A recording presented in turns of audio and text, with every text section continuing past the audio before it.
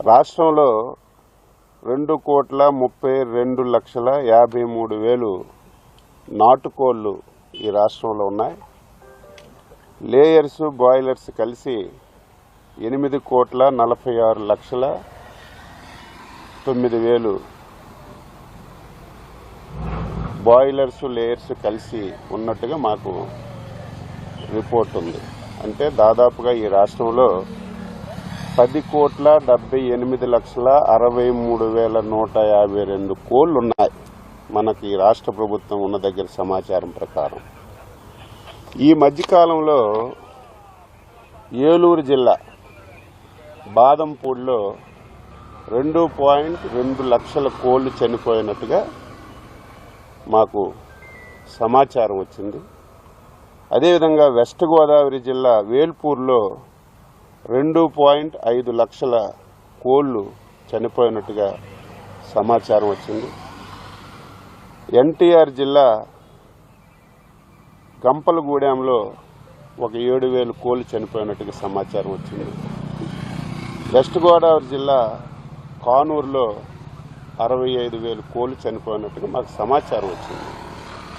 వెంటనే రాష్ట్ర ప్రభుత్వం అలర్ట్ అయి అధికార యంత్రాంగానికి పంపించి అక్కడ ఏవైతే చనిపోయే బర్డ్స్ అన్ని కూడా అత్యంత ఆధునికమైనటువంటి ల్యాబ్ భోపాల్లో ఉంటే అక్కడ పంపించాం.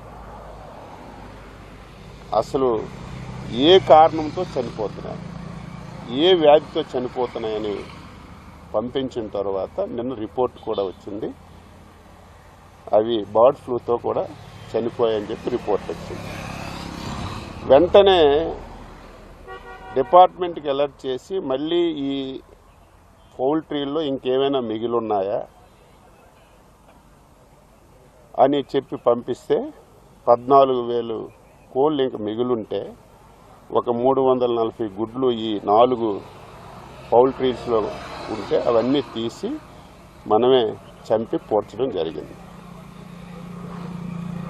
ఈరోజు రాష్ట్రంలో 10 కోట్ల చిల్లర కోళ్ళుంటే దాదాపుగా 5,42,000 కోట్లకి ఈ ఫ్లూ వచ్చి చనిపోయినట్టుగా మనకి రిపోర్ట్ వచ్చింది. 5,42,000 టోటల్గా ఉన్నవి 10,78,00,000. సోషల్ మీడియాలో చాలా విపరీతమైన ప్రచారం వస్తుంది, మీడియాలో విపరీతమైన ప్రచారం వస్తుంది. 40 లక్షలు చనిపోయాయని కూడా ఈరోజు ప్రచారం వచ్చాయి. ఎక్కడ దాపరికి ఉండదు.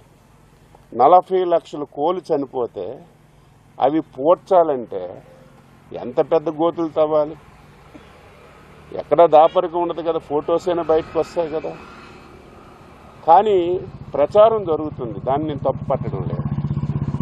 ఇదేంటంటే ఎప్పుడు కూడా తక్కువ టెంపరేచర్ ఉండేటప్పుడు ఇది వచ్చినటువంటి పరిస్థితులు ఎక్కడ ఉంటాయి.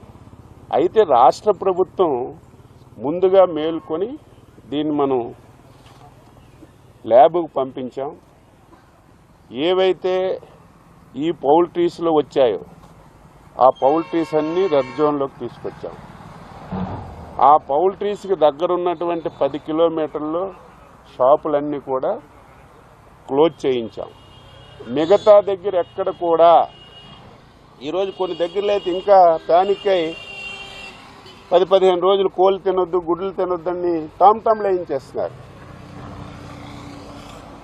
రాష్ట్ర ప్రభుత్వం తరఫున స్పష్టంగా హామీ ఇస్తున్నాం, దీని నుంచి ఆందోళన చెందవలసిన అవసరం లేదు. ఇది పూర్తిగా తగ్గుముఖం పట్టింది. దానికి కారణం ఏమిటంటే టెంపరేచర్ ఎంత ఎక్కువగా పెరిగితే అంత వేగంగా ఈ వ్యాధి తగ్గుముఖం పడుతుంది. ఈ మధ్యకాలంలో మీరు చూశారు, టెంపరేచర్ కూడా విపరీతంగా పెరిగింది. ఇదేదో డైరెక్ట్గా కోడి మాంసం తినరు, డైరెక్ట్గా గుడ్లు తినరు. ఇది ఒకవేళ ఎక్కడైనా చిన్నది ఉంటే 70 డిగ్రీల సెంటీగ్రేడ్ వరకు ఈ వ్యాధి బతుకుంటుంది. 70 డిగ్రీలు దాటిన తర్వాత ఇది ఆటోమేటిక్గా చనిపోతుంది. ఈవేళ కోడిగుడ్డు ఉడకబెట్టినా సరే 70 డిగ్రీల కంటే ఎక్కువ వేడి దగ్గరే ఉడుకుతుంది. ఈవేళ కోడి మాంసం ఉడికినా 100 డిగ్రీల కంటే ఎక్కువ ఉడుకుతుంది. ఎక్కడ కూడా ఎవరు ఆందోళన చెందవలసిన అవసరం లేదు. ప్రభుత్వం ఇప్పటికే అప్రమత్తమైంది.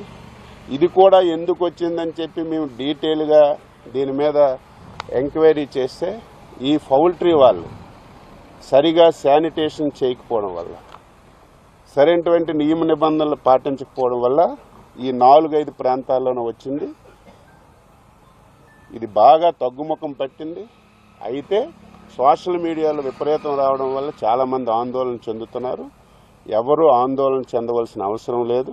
దీనివల్ల ఎటువంటి ఇబ్బంది ఉండదని చెప్పి నేను స్పష్టంగా తెలియజేస్తున్నాను.